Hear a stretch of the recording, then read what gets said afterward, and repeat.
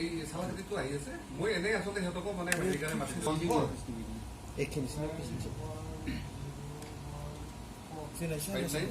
পিছৰ পৰা কোনো যুক্তি নাই সেইকাৰণে আমি ফাইনেল সিদ্ধান্ত হয়তো আমাৰ 5 তাৰিখৰ আমাৰ কি কয় হেৰিৰ পিছৰ পৰাই আমাৰ কোৰ্টৰ বা কিবাখিনি আৰম্ভ হ'ব যে আমি ইলেকশ্যনটো ওইদিন এটা টাইম পিৰিয়ডৰ ভিতৰত আমাৰ চৰকাৰে ক'ব লাগে যে আমি অক্টোবৰত পাতিম নে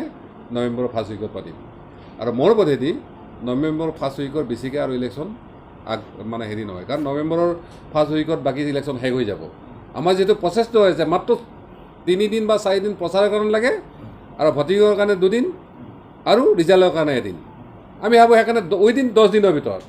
আৰু নতুনকৈ যদি ইলেকশ্যন ঘোষণা কৰি প্ৰচাৰ কৰিব লগা হয় তেতিয়া কিন্তু ইয়াত আৰু যথেষ্ট পেমেজেলা আহি যাব কাৰণ আমিতো বেলেগৰ মানে অধিকাৰটো কাঢ়ি লোৱাৰ কথা কোৱা নাই এতিয়া চেক কৈছোঁ মই যে আমাৰ ধৰি লওক 30টা জিকিলে বাকী 10টা আধা জিকিব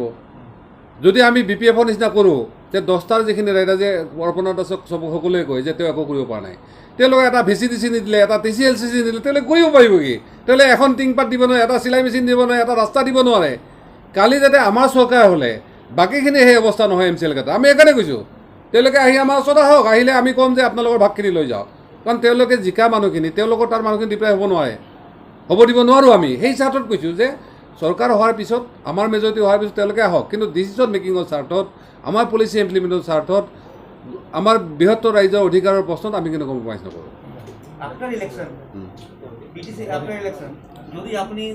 বিনম্ৰ আহ্বান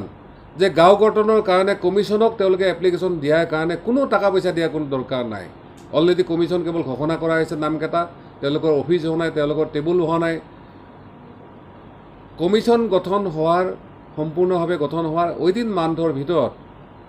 তেওঁলোকে তাত যিখিনি ক্ৰাইটেৰিয়া দিয়ে সেইমতে তেওঁলোকে তেওঁলোকৰ গাঁৱৰ যিখিনি কৰ্তনৰ কাৰণে যিখিনি নথিপত্ৰ হয় তেওঁলোকে জমা দিব পাৰিব তেওঁলোকক আমি একেবাৰে কমিশ্যনৰ টেবুললৈকে লৈ যোৱালৈকে ব্যৱস্থা কৰিম তাৰ কাৰণে তেওঁলোকে 5 পইচা এটা ভৰিব নালাগে অলৰেডি আমি কোঅৰ্ডিনেটৰবিলাক দি দিম তেওঁলোকক যোগাযোগ কৰি গাঁৱৰ মানুহে প্ৰতিখন গাঁৱৰ মানুহে আমাৰ তেওঁলোকৰ জৰিয়তে গৈ কিনে তেওঁলোকে তাত নিজাকৈ দি আহিব কোনো দালালৰ কোনো প্ৰকাৰৰ কোনো দৰকাৰ নাই কাৰণ অলৰেডি আমি গম পাইছোঁ এনেকুৱা কাৰণতে আৰু হাজাৰ হাজাৰ হিচাপত টকা তোলা এটা মানে তেনেকুৱা ধৰণৰ পলিচি কৰিছে বা যোৱাকালিও আমাৰ যোগেশ্বৰ কলিতা ডাঙৰীয়াৰ যিটো কোম্পানী তেওঁলোকে কৈ দিছে যে আমি নৱসৰণে ঘৰাৰ কাৰণে যিকোনো পৰ্যায়লৈকে আমি যাব পাৰোঁ আৰু আমি ভালকৈ জানো যে যোৱা বিগত লোকসভা নিৰ্বাচন তেওঁলোকে আমাক হৰাৰ কাৰণে চেষ্টা কৰিছিল আৰু এইবাৰ কৰিব বা অলৰেডি কৰি আছে আমি ভাবোঁ এইবিলাক আমাৰ কাৰণে সৰু কথা তেওঁলোকে একোডাল কৰিব নোৱাৰে ঘূৰাই দিব পাৰে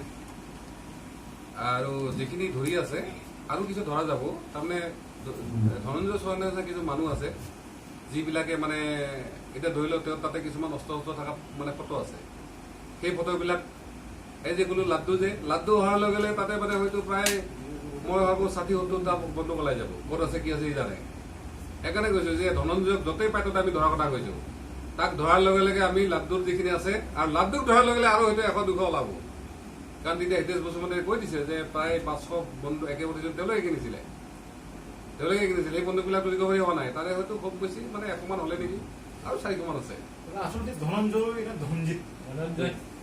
ধনঞ্জয় চৰণে নেকি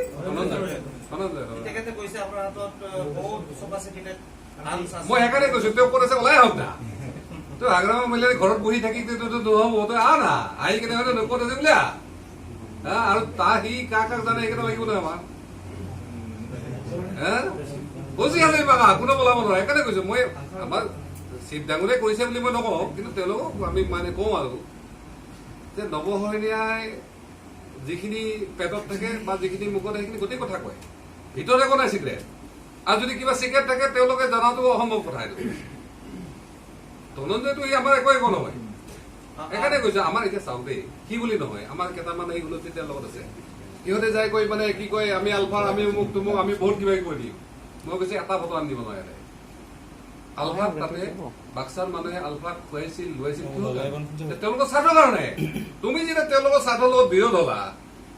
তেতিয়াহ'লে তোমাক আৰু ৰাইজটো এনেকুৱা বস্তু নহয় ৰাইজে জানে ভগৱানক পূজা কৰিলে একো নাপালেও কমচে কম আত্মবিশ্বাসটো আহে কিবা আহে হেৰি আহে সেইকাৰণে পূজা কৰে থৰি নিজৰ স্বাৰ্থত হ'লে কিবা কৰিব